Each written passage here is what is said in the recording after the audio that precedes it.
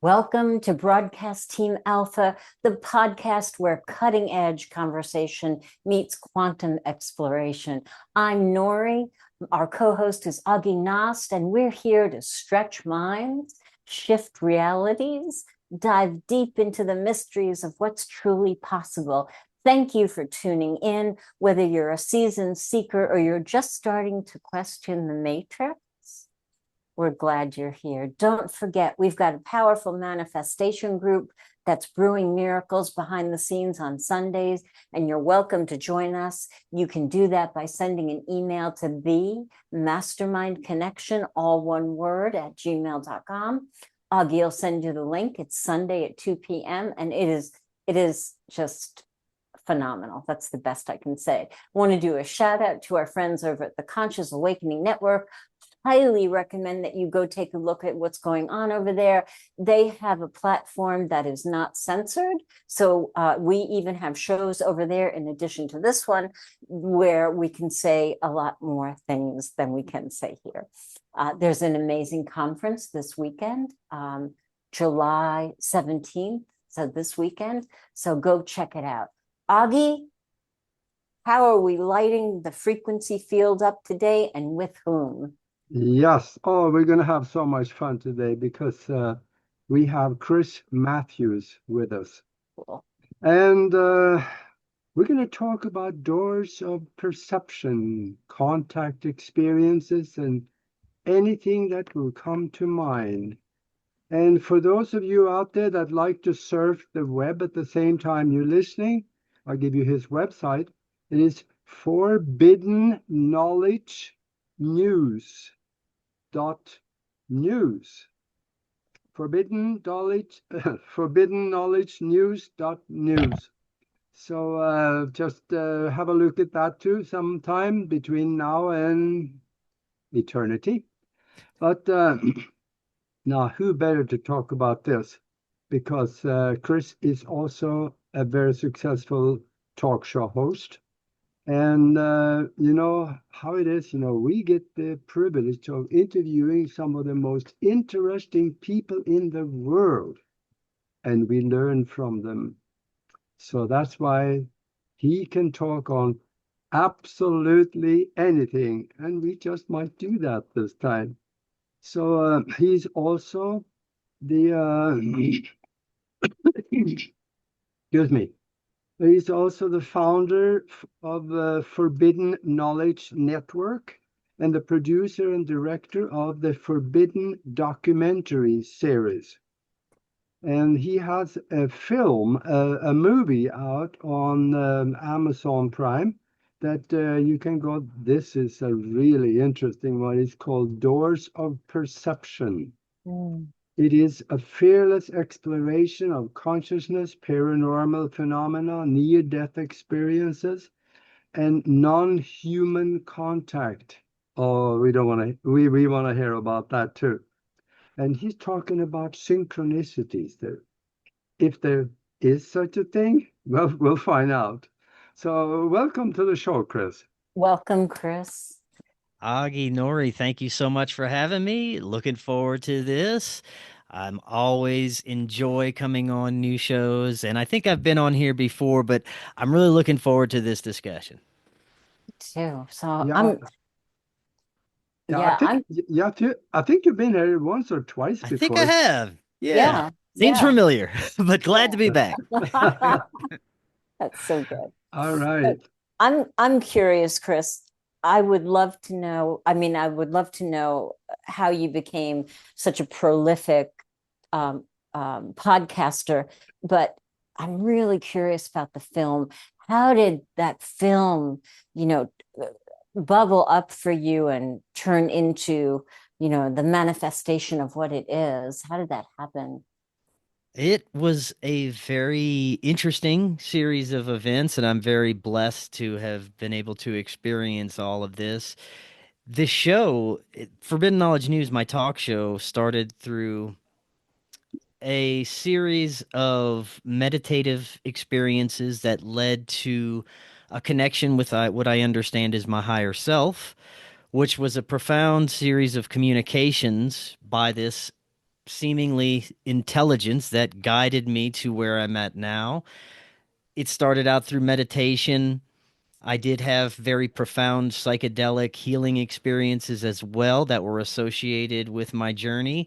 And the inspiration really came through some of that communication with what I understand as my higher self. And it led me through a series of healing experiences, starting out with healing childhood trauma, Mm. things that were emotionally hindering to my success, and having several breakthroughs and being able to quit a corporate day job that I absolutely hated in 2020 to now having this career of having a podcast network and making films. And the inspiration for the films just came through the interviews that I was doing, through all the topics that I was covering, through from paranormal experiences to the occult to conspiracies, near death experiences, spirituality, hidden history, all these things I was covering. I wanted to try and make connections between, because they were presented in a way that there is profound connections between all of these experiences, especially when you look at paranormal metaphysical experiences, alien contact. There seems to be very profound overlaps and connections, and I wanted to explore that with prolific authors and researchers and people who have experienced these things themselves. And I had a wonderful crew of people that agreed to come on and give their insights and research into these various topics, such as Vicky Joy Anderson. She specializes in sleep paralysis. Daniel Rekshan, who runs the Dream, I believe it's the Dream Institute. He specializes in, I believe it's what you would call shamanic dreaming and lucid dreaming techniques. Also, I had people who had experienced extraterrestrial contact. Karen Wilkinson, she's had very negative extraterrestrial experiences. I've also had folks that have had more positive experiences. We also discussed how altered states can lead to contact experiences, from meditation to psychedelics. We get into a little bit of the new therapies that are emerging surrounding psychedelic therapies and the benefits that are coming from that. And then we transition into near death experiences, and I took a special trip out to Skinwalker Ranch because there is such a concentration of strange activity there. I thought maybe we could find some connections there. So I spend a couple of nights at my friend Ryan Burns's Space Wolf Research, which is right next door to Skinwalker Ranch, and had some incredible experiences, heard some terrifying and fascinating stories out there. We featured a bit of that in the film as well, and we talked to the late Jim Willis. Rest in peace. He discussed near death experiences and the afterlife in the film a bit. And we tied it all together with synchronicities, how people who have these paranormal types of experiences usually experience profound synchronistic events that kind of tie everything in their lives together, which I've experienced as well. So that's basically the film. That's amazing, and I Wow. cannot wait to go watch it. So would love to hear, because there's so much buzz about it. Um, you're healing from the psychedelics. So let me just back up a little bit. Consciousness and higher consciousness is a certain frequency, right? I would agree. Agreed. Okay. So if we need to, when when they made contact with me, I was 16, I was meditating, I was eating a specific diet, and these were things that usually didn't happen in New York. I was at my highest spiritual moment, really. And that's when they made contact with me. So to have a certain consciousness where you can make contact, I often wondered, would psychedelics bring your consciousness down because I, you're taking like a drug or? well, the way I see it, and I've only utilized natural psychedelics, psilocybin magic mushrooms, which I grew myself and Wow. only experienced in therapeutic situations and healing and spiritual situations, going in with intent, prayer, and using it in a meditative state to achieve a certain outcome of healing. This is how I personally approached my psychedelic experiences and journeys.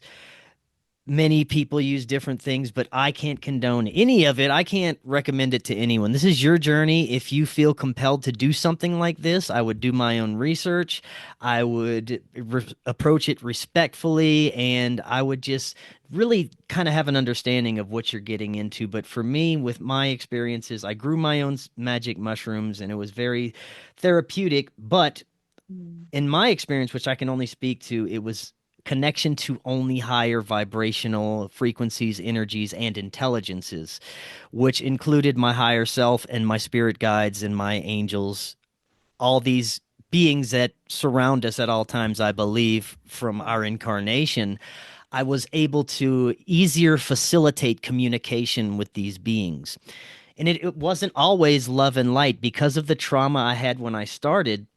That manifests as negative entities, negative energy, negative experiences. If you have some sort of childhood trauma and you're having this profound psychedelic experience, something may manifest itself as an evil spirit or a demon or a horrible thought that you're having, but it's tied to something traumatic or an experience that you need to deal with. And the once you face it, once you start to face these traumas and deal with them head on and embrace them, it transmutes into something different. And it's all about lifting your vibrational state and healing you. At least the mushrooms were about that for me. And that's what they're being integrated with, especially here in Colorado and other places that have made it legal. They are starting to use them in very therapeutic situations. Now, I don't at all condone the synthetic psychedelics like LSD, ketamine, all these other types of things. First of all, I've had negative experiences with those in the past. And second, I don't think that anything besides these natural substances would have the same beneficial effects. So that was my experiences with that. And yes, it did facilitate communication with higher intelligences. After that, was it easier for you to hear your higher Yes, self and your guides? Really? 100%. So what's Yes. that like? I mean, is it like having people hanging out with you during the day or? At first, it was through a meditation experience, and psychedelics weren't even on my radar. The first time I made contact, it was just this beautiful love feeling that overwhelmed me during a meditation experience, this blue light in my subconscious.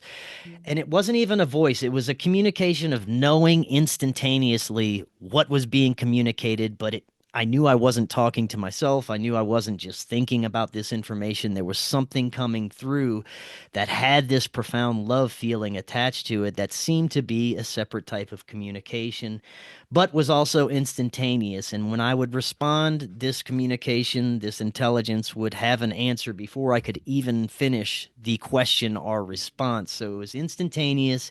It was the easiest form of communication I'd ever experienced. And yes, after I was able to not only hone in on my meditation skills, but started utilizing the psychedelics, it was a lot easier. And now I don't use the psychedelics anymore. I ended that chapter in my life because I've done the healing I need to do. I believe that I've achieved what I needed to utilizing those, but the communication is still there. It is stronger than ever, and I believe I will be able to maintain it probably for the rest of my life.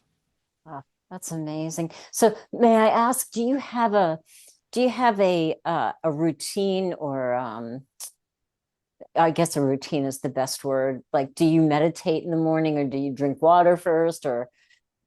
I usually meditate in the evening before bed, and this is my prime time for reaching that right frequency. It's like a radio dial. During the day, it's not as powerful. I can pick up on it, I can get the messages, but It's not a clear-cut conversation like I can have before I fall asleep at night and when I'm in that hypnagogic state. And it's just I can get downloads and information all packeted, it seems, as one one message that comes through very instantaneously. And yeah, it's not every night that I would knowingly reach out for this conversation or this contact, but sometimes messages do come through. And sometimes, if I am in distress or I have a problem in my life or a question, I will reach out and usually receive the responses. Love it. I love Mm, it. I love mm. this. It's so interesting. So interesting. Um, You, so go ahead, Augie. I'm sorry. no, I was just gonna ask you, Chris. This is something that just about everybody can do Hmm. if they do it with a clear mind in mind, because you can really go wrong on this too if you just go into the weeds with it, no pun intended. But what when you go through a minefield, there's a saying here, when you go through a minefield, follow somebody with bigger shoes than you have. With other words, when you are starting out on this journey, wouldn't it make sense to follow and take the advice also by somebody that is doing it successfully and have good experiences with it? Oh, 100%. I was doing this show for about 3 years before I had my first meditative experience. I was not a spiritual person when I first started doing the show. I was more into conspiracies and aliens and Yeah. sci-fi things like that. And that developed more into a spiritual desire to have this knowledge and to have that connection. I started the show in 2016 or 2017. I didn't start meditating till 2020 and didn't have that first experience till then, which was after a series of interviews, books, people that I've talked to, other people who've had similar experience, other people who've had deep meditation experiences. I didn't just jump in and say, I'm going to try and meditate and have, no, I really had a lot of research and work put into a basic understanding of what I'm getting into before I even started any of that Yeah. stuff. That's awesome. Well, I kind of want to know what happened at Skinwalker Ranch if Oh, we're going to yes, jump to that. this was so Oh, I interesting. want to know too. Yeah, Yeah. yeah. So I'm not sure if you're familiar with Ryan Burns. He would be a great guest for you. He's a author and researcher that specializes in the strangeness that occurs around that area. He has, like I said, Space Wolf Research Center, which is a series of these trailers and modules that he hosts aerospace companies and military and billionaires to come out there to experience the metaphysical Disneyland that is the Skinwalker Ranch area. So he has basically all these aerospace companies and high level people throwing money at him to go and do God knows what. He's said everything from satanic rituals to other types of black ops situations. And we'll get to more of that because there's some very nefarious things on the human side that is happening over there as well. So when I get there, the first thing we notice is just this heavy, dense energy. It's not uplifting. It is kind of oppressive everywhere you go. It's very strange to experience that. We went out to the petroglyphs near Vernal, Utah. Great experience, great energy out there. Got some great footage of those amazing petroglyphs that seem to depict giants and six-fingered beings and big-eyed beings, all those amazing things that are out there. Then in the evening, when we get back and the sun goes down, the UFO activity starts, and it's like nothing I've ever seen before. All night, just things shooting across the sky, and it's not just satellites, it's not just planes. We were able to very distinctively tell the difference between the planes and the satellites, and they have protocol for all this. They do night watches and contact events all the time out there, so they know what we're looking for. And there was some strange things in the sky, I'll tell you that. the orbs that slowly moved across, the quick movers that zigzagged all across the sky, things that seemed to teleport to different areas. One of the most incredible things we saw was above the mesa that overlooks the ranch. There's nothing up there, supposedly, but we would see these bright lights that would emerge and then close out. And sometimes when they would open up again, these smaller little beaded lights would shoot out of them. And Ryan claims these were portals opening up and Wow. different crafts were shooting out of them and entering. And we got a little bit of footage of that. Overnight, he has a 360 UFO camera that gets footage of everything. He's got some very interesting orbs and anomalies that we included in the film. But one of the most disturbing things was he brought out his night vision goggles and told us we put them on, told us just to look around, not in the sky, but around the landscape. And what we saw were military teams of black ops shining lasers at us and surveying us. And he said that no matter who goes out there, what they're doing, you are going to be under military surveillance because the entire area is a secret exotic weapons military testing site. Now, they use this for plausible deniability because they have so much crazy paranormal activity that naturally occurs there. They figure perfect place to test our high strangeness and our exotic tech, which they have some amazing stuff. From what I hear, from what I understand, they have everything from technology that mimics UFOs, that can make people who hallucinate, that can Wow.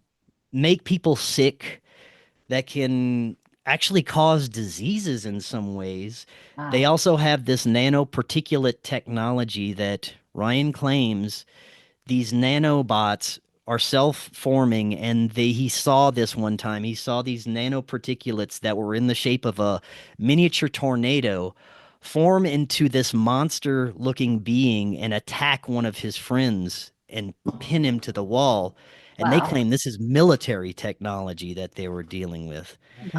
Now, Wow. they also have tons of, I would say, natural types of paranormal events. I think the Skinwalker phenomena is something very old and very dark, a very dark ritualistic practice that is So still dark. being Yeah. used within these Ute tribes. And one of the most disturbing stories he told me was of his security guard going out one night and seeing three guys rummaging through one of their trailers.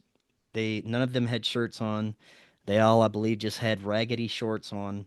And he was armed. His security guard was armed, and he approaches them, tells them to freeze. At the same time, in synchronicity, they all sit down like canines and look at him with eye shine like dogs. And he says, "You guys better freeze." They start lunging at him like canines on all fours, and he opens up and starts. He has no choice but to start firing on them all. He claims it took several shots before it started to deter them, and they took off running on all fours like canines, leaping over fences like animals, like he'd never seen humans be able to do before.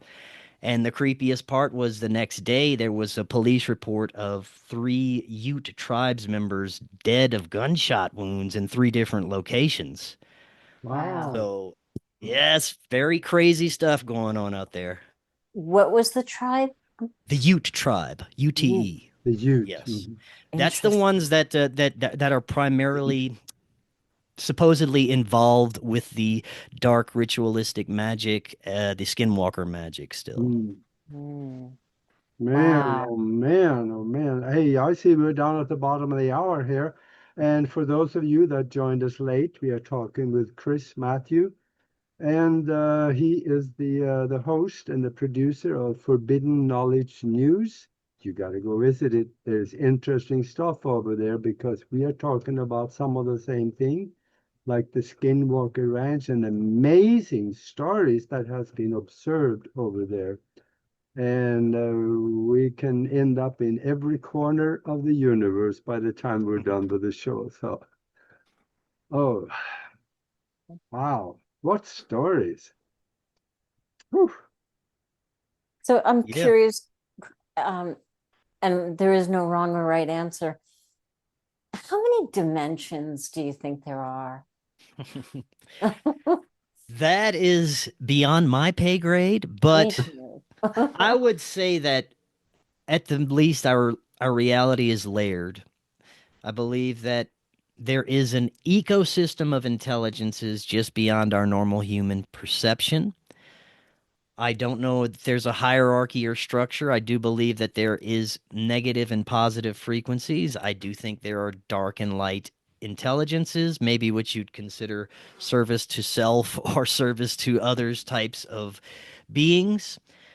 I have been on the fence for a very long time about the true nature of extraterrestrials, whether they are coming from different planets or different dimensions that surround us at all times, whether they are etheric beings or what some people recently have been started postulating that some of these intelligences may be thought forms or egregores that we add to the power of some of these things with our own energy and our own imagination. I think it may be a combination of all of this. Yeah. I think that all of this exists, and there is like I said, an entire ecosystem of beings and intelligences and life forms just beyond what we can perceive, and they have the ability to interact with us and vice versa. And I will go into this in my film a bit through different types of states, through dreams, through like we talked about a bit earlier, altered states. But it can be very intrusive as well. You don't have to be in an altered state. When I interviewed Karen Wilkinson, who's had very negative, intrusive extraterrestrial abduction experiences her whole life, and she never asked for this. She never went, to go to meditate or took any drugs or anything like that. From a very small child, she was taken, she claims, from her childhood home and brought on ships and been put through horrible hybridization programs, been brought to see her extraterrestrial children. But through her lens, it was all very negative experiences. And that seems to be something more intrusive than people who experience the positive things through this more benevolent contact experiences, through meditation, or through just being curious and having that openness to things. But there seems to be a very distinct light and dark reality out there of these beings. Yeah, and I think also that for us of that to have a peek behind the curtain ever so often, we are going to find, if we haven't found it yet, that space or our environment is full of life. And I think there is the different kinds of life have many different forms, just like you said. All of these things that you have been contemplating is probably part of that light specter that we cannot see. We only see about 3% of it, and we should wonder what is in the other 97% of the light spectrum. There is people living there, there's things living there, there's stuff going on, and we can't see it or perceive it even. Yeah.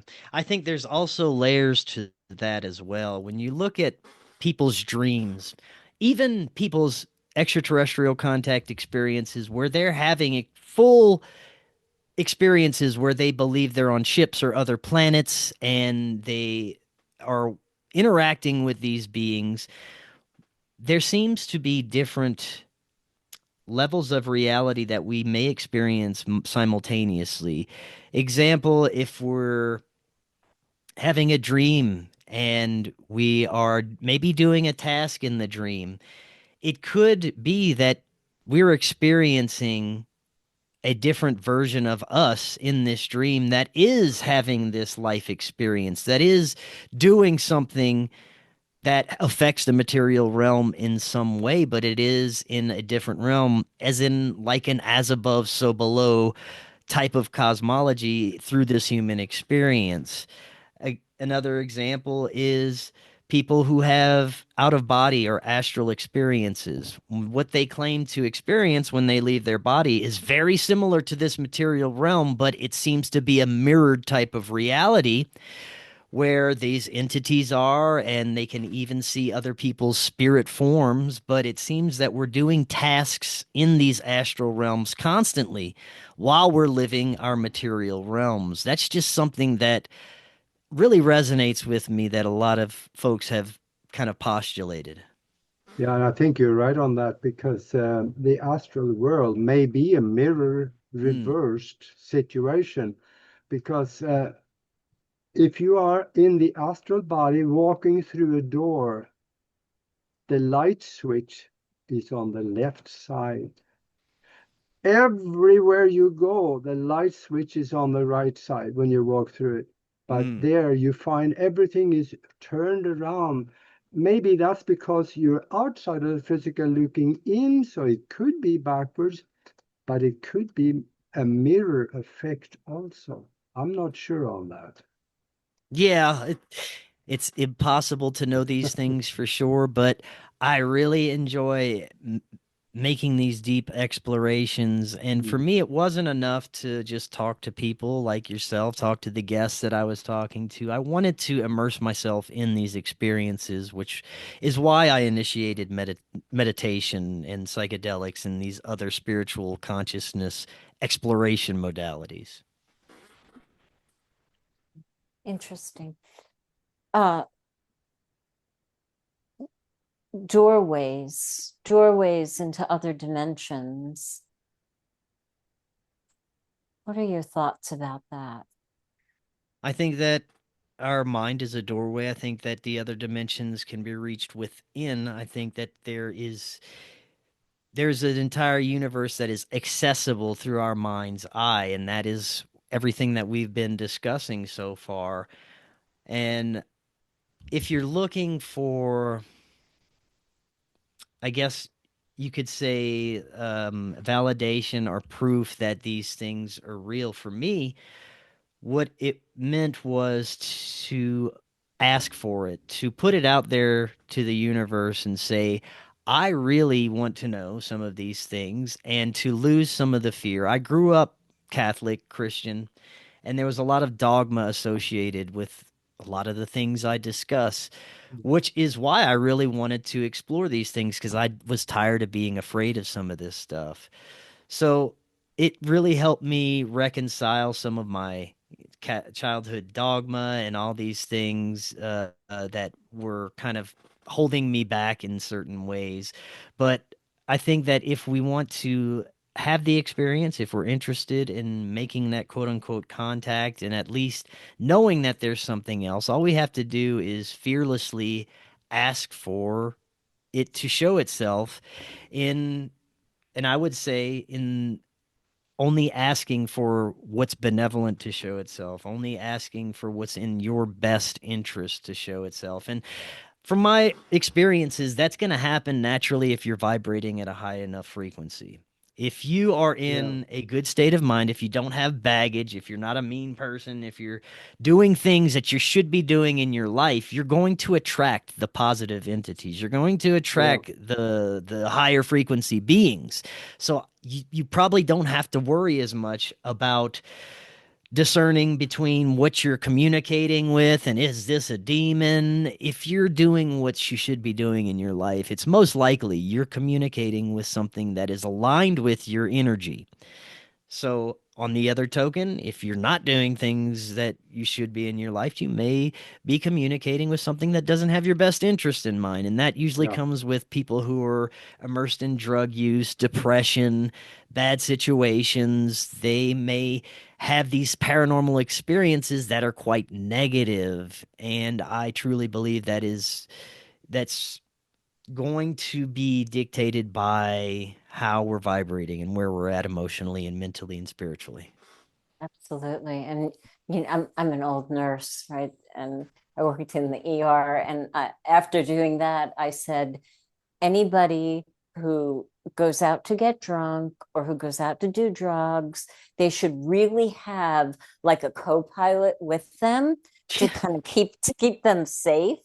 so entities don't like attach to them and Mm. and do what happens. I mean, it's real. When you open yourself up to that, you don't know what you're opening yourself up to. 100%. And I think people don't realize how much they can be affected by these things. You said entity attachments. This is something that I have experienced as well from my trip to Skinwalker Ranch. My wife and I, apparently didn't enter with enough spiritual protection. When we left, we had what's called a hitchhiker, and the following few weeks were very difficult for us. Wow. We had emotions that were not indicative of us. We had all these situations, bad situations come up that were not normally there in our lives. And we discovered that I not only had I accidentally brought a rock home from there, but before we left, Ryan Burns found a skinwalker pelt, a pelt of an animal in one of the trailers that we stayed in, which was not there before we arrived there. He says there's some tricksters that Mm. pull stuff there all the time and like to send people home with curses that visit the area. So he believes that maybe we were afflicted with a little bit of that. We had to do some prayer and cleansing and finally got rid of that stuff. But that is very real. We also had a situation. It can be very innocent situations as well. We had one where a couple of years ago was camping, and I believe somebody we were camping with left some trash at the site. And these nature spirits will get very angry at things like that. They can attach themselves, not cause as much malevolency, but more of just annoying things in your life, aggravation, maybe a little depression, intrusive thoughts. But these can also be something that people can experience that they don't even realize. So I would always recommend having respect everywhere you go, to nature, to people, and everything like that. Mm. Wow. I'm Yeah, the way you are talking, I think you probably will agree that for most people, higher consciousness will come through meditation. Hmm, I agree. Yeah. I agree. It's one of the best ways. I'm sure there's many other ways, and people have been experiencing higher consciousness recently more than ever before, and I believe it's through more and more types of experiences. I've had people experiencing higher consciousness because they changed their diet recently, because they started eating better, because they're going out and walking, connecting with nature. I think that there is this very powerful frequency that's permeating through human consciousness right now that is forcing an awakening, that is forcing people to make these connections. And if they're not making these connections, it's making people very uncomfortable to still be in a sleeping state and not becoming aware of some of these things. So I think there's something occurring within the human zeitgeist and throughout human consciousness that is pushing people to wake up more and more every day. Mm. that was perfect. And I agree with you because I see it. I work a lot with people somatically as a personal trainer, but also as a healer. And I see a lot of people come to higher consciousness through their body. Mm. We normally would think we've got to sit and om and, but truly, the pain arises because the pain's going to come up. If you've got pain that's in there, it's going to come out. Once you clear the pain, there's a whole new doorway, so to speak. And Mhm. then if you choose to open that doorway, you can just take the stairs to the higher consciousness. And it's just so lovely. And I just hope that the people that are, suffering because they can't quite find their way in, find their way in. And thank you for shows like yours and for the movie, which I can't wait to see, because I think it's helping. I think it's helping humanity find their way home, right? Because we're all just walking each other home. Yeah. Yeah, I think it's all about remembering. We're going through this remembering phase because whenever I have these profound revelations about how connected everything is, and my true multidimensional self, and true connection to source, everything that I've come to understand, it's all been seemingly orchestrated through some very, very much higher intelligence, this greater force, and I think it's having an effect on everyone right now. What do you think about what everybody now, well, not everybody, but a lot of people are talking about the general raising of consciousness of mankind? How that ties into maybe more people have these kinds of experiences now, like Hmm. coincidences? That, That one's hard to tell, but I think there is something to it because, excuse me, because of the internet and people's ability to communicate and the ease of access to information, we're able to share experiences more. And I think that has a little bit to do with the amount of information we're getting about people experiencing paranormal and contact experiences. But within the past couple of years, there seems to be a massive uptick in people either wanting to tell their experiences or even yeah. having new experiences. So I definitely think there is something to that. And I've spoken with Ray Hernandez from the Consciousness Research Institute, and he definitely believes this, and he interviews experiencers. That's all he does is interviews people who have had contact and paranormal experiences back to back.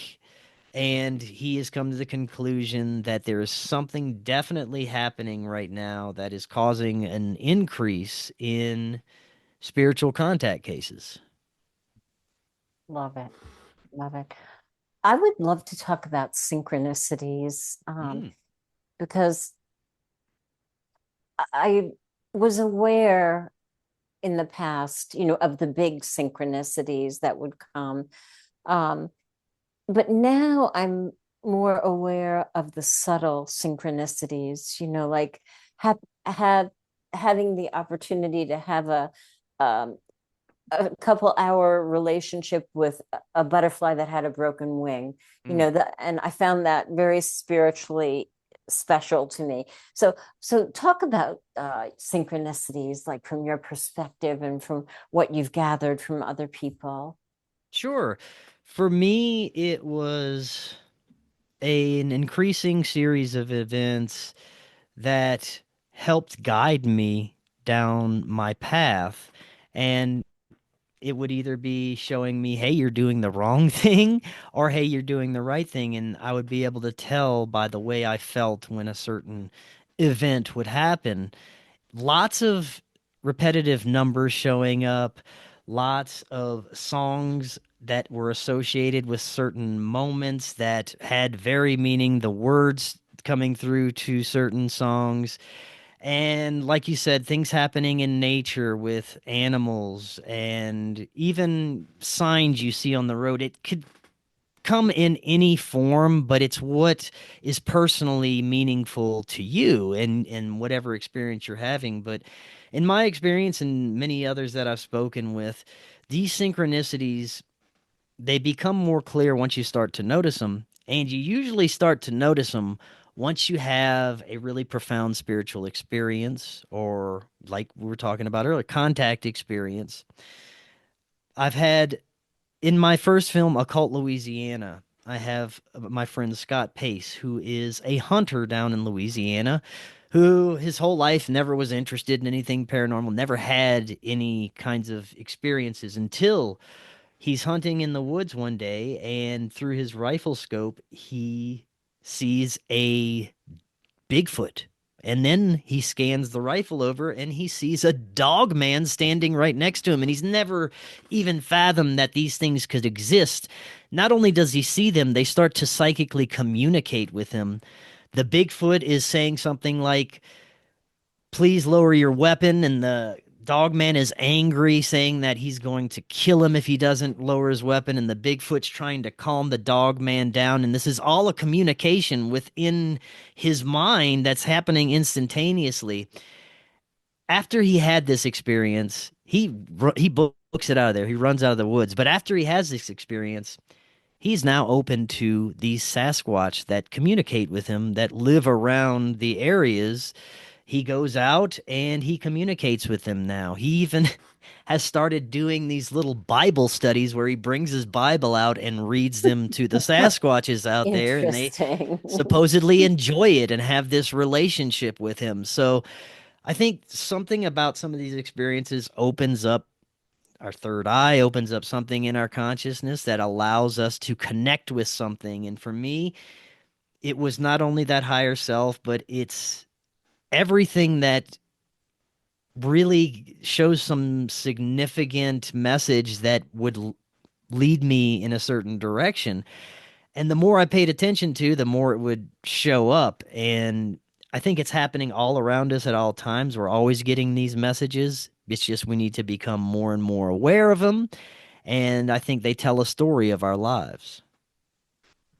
Can you explain that? That's interesting. They tell a story of our lives. I think they play a part in guiding us on our mission. I think they Yeah. are chapter markers in the story of our lives, and they present themselves in many different ways.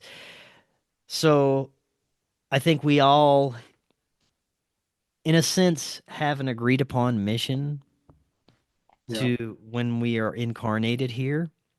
And these synchronicities show up to help remind us of our mission, get us back on track, and help us fulfill that destiny and that end goal that we set out to achieve when we came here. That's kind of our little helpers that come along. Now I I'm love that. wondering. Oh, go ahead.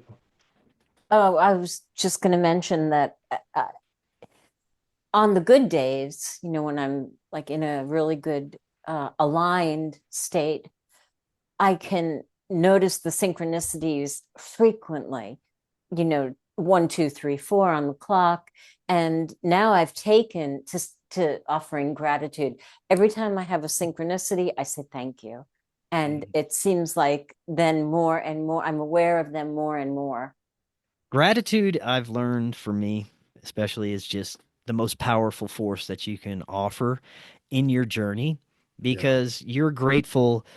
Being grateful for what you've already experienced and receive is like fuel for the next level of greatness that you could achieve in your life. And Wow. being grateful for that, it's like it propels you, and it's propelled me in my life, and everything, even the hard lessons that hurt at the time and that are completely miserable for me at the time, I'm grateful for because it's helped me learn something and propel me to where I'm at now.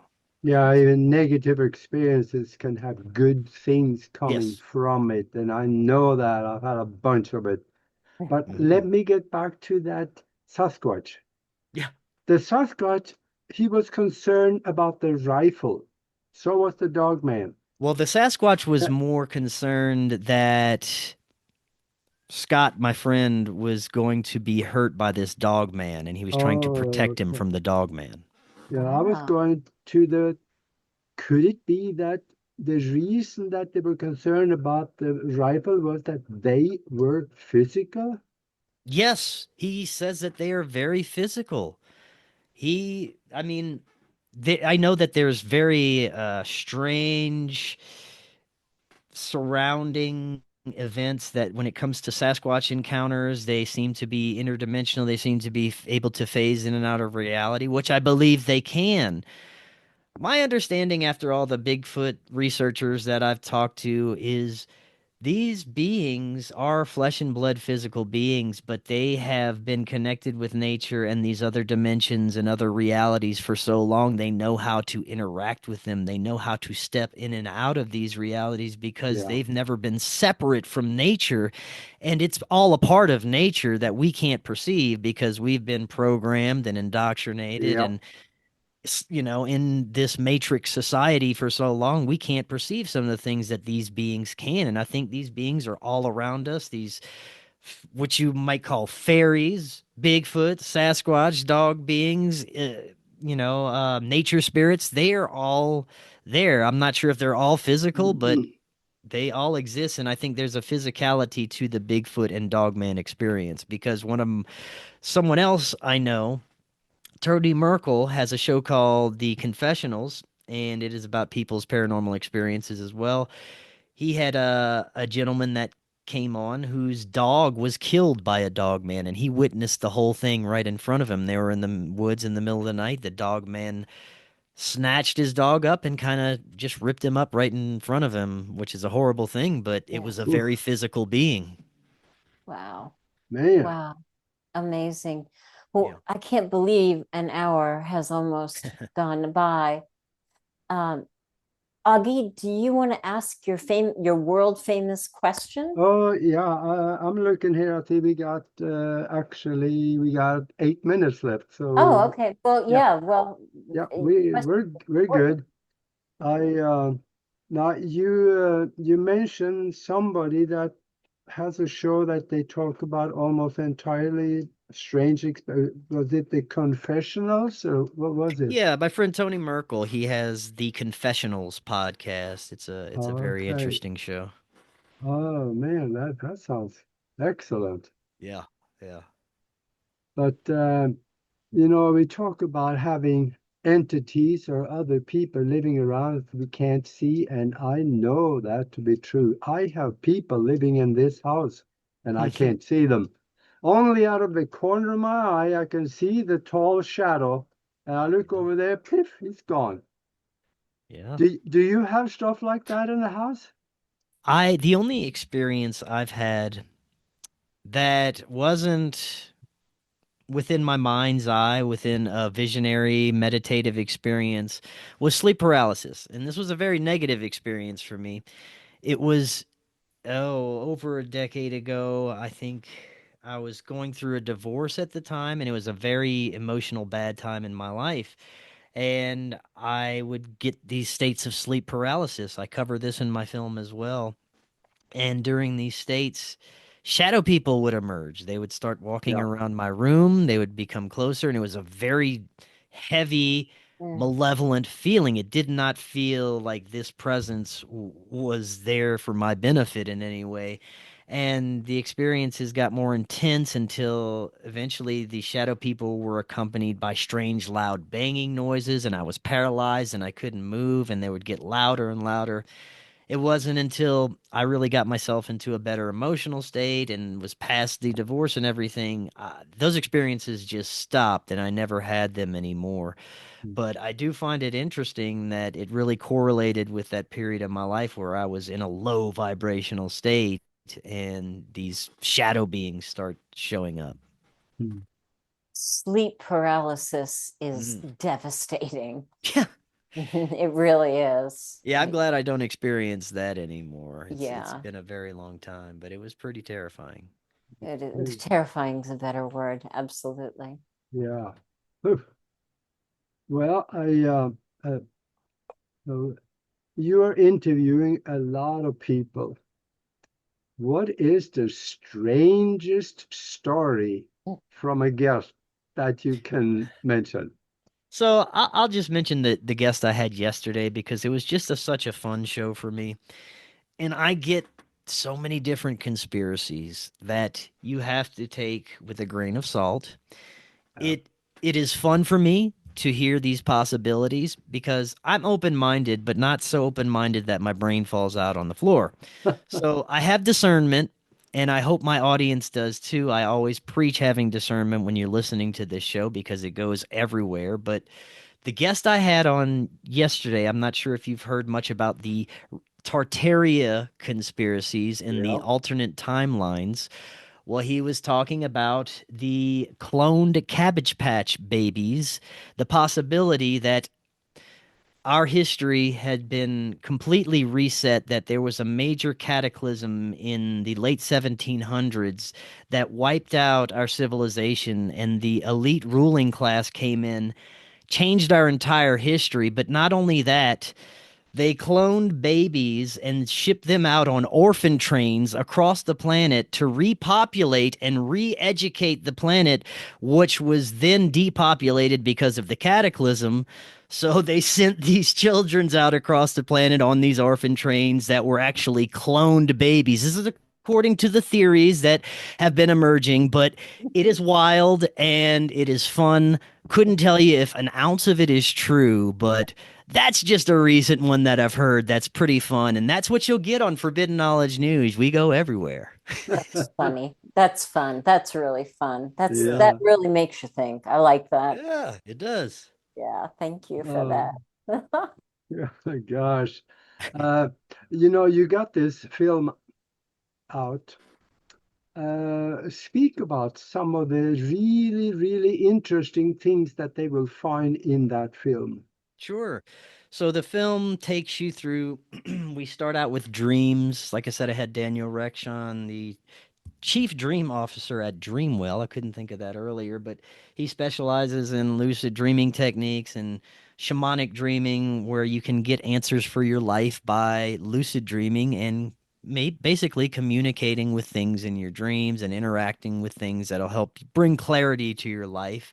We cover a little bit of that. Then we move to altered states and meditation. My experiences a little bit with psychedelics. I had two others. I had Carlos Tanner, who runs the Ayahuasca Foundation in Peru.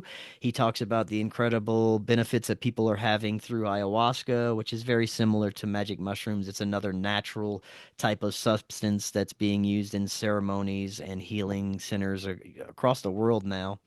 I also had Adam Butler, who wrote a book called Butler's DMT Field Guide. He talks about his experiences with DMT, from being lost and suicidal to now having the best experiences of his life, and he owes it all through that psychedelic healing process.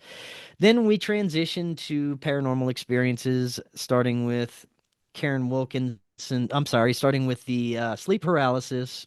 My experiences. We had Vicky Joy Anderson, who specializes in people's sleep paralysis experiences. She interviews people, thousands of experiencers, tries to get her understanding. She gives her insights into that. And then we move into the abduction experiences of Karen Wilkinson, and which we've discussed a little bit earlier. Then we move to our Skinwalker Ranch experiences, talk about some of the crazy stuff that happened there.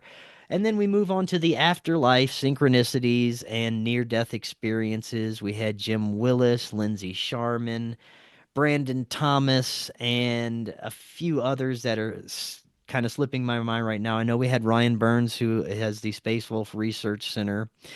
Along those same lines, we had Alberto Gamiochipi, who is a member of one of the tribes out near the Skinwalker Ranch area, that talks about some of his experiences. Yeah. So we kind of tie that all together in the film, and we really hope you go out and check that out and show us some love. I'm going to. Yes. Sounds Absolutely. good. Awesome. Yeah. Now we're getting down towards the end. And I do want to ask you one question, and I didn't tell you beforehand because I wanted to blindside you. Oh, give it to me. What do you got? Okay, that is, if you could talk to the whole world, Chris, and the world is listening, what would you tell them? Mm, I would say that love is the answer. Don't give in to fear and nonsense.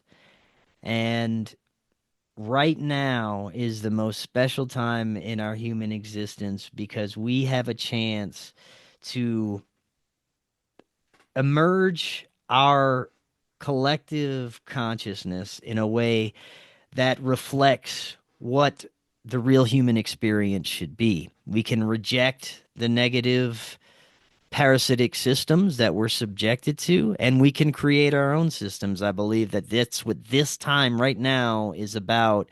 It's about profound change, and it's about reclaiming the human experience. And I think that each and every one of us plays a part in that. Yeah, oh, So absolutely. well said. Mhm. Yeah, and there is, in fact, there is some brilliance being that was said about that. And then Albert Einstein, about a year before he died, he said, I have studied the universe more than most, and I found that the whole universe is made from the vibration of love. Mm, that's it. You can't That is beat it. that. Yeah. Love it. So good. Thank you. Right. Thank you, Chris. Thank you for being here. It was so much fun. Yeah. Thank you both so much for having me anytime. Yeah, that was great. And for those of you out there watching right now, if you're on YouTube, please subscribe. That will help us a lot. And click the bell so you know when the next fantastic show comes out. So then, thank you very much, Chris. This was so great. And Yeah. you know, I'm going to ask you again. I hope that you can make it. Anytime, man. Yeah, thank Love you. to. And then, until the next time, be good to each other.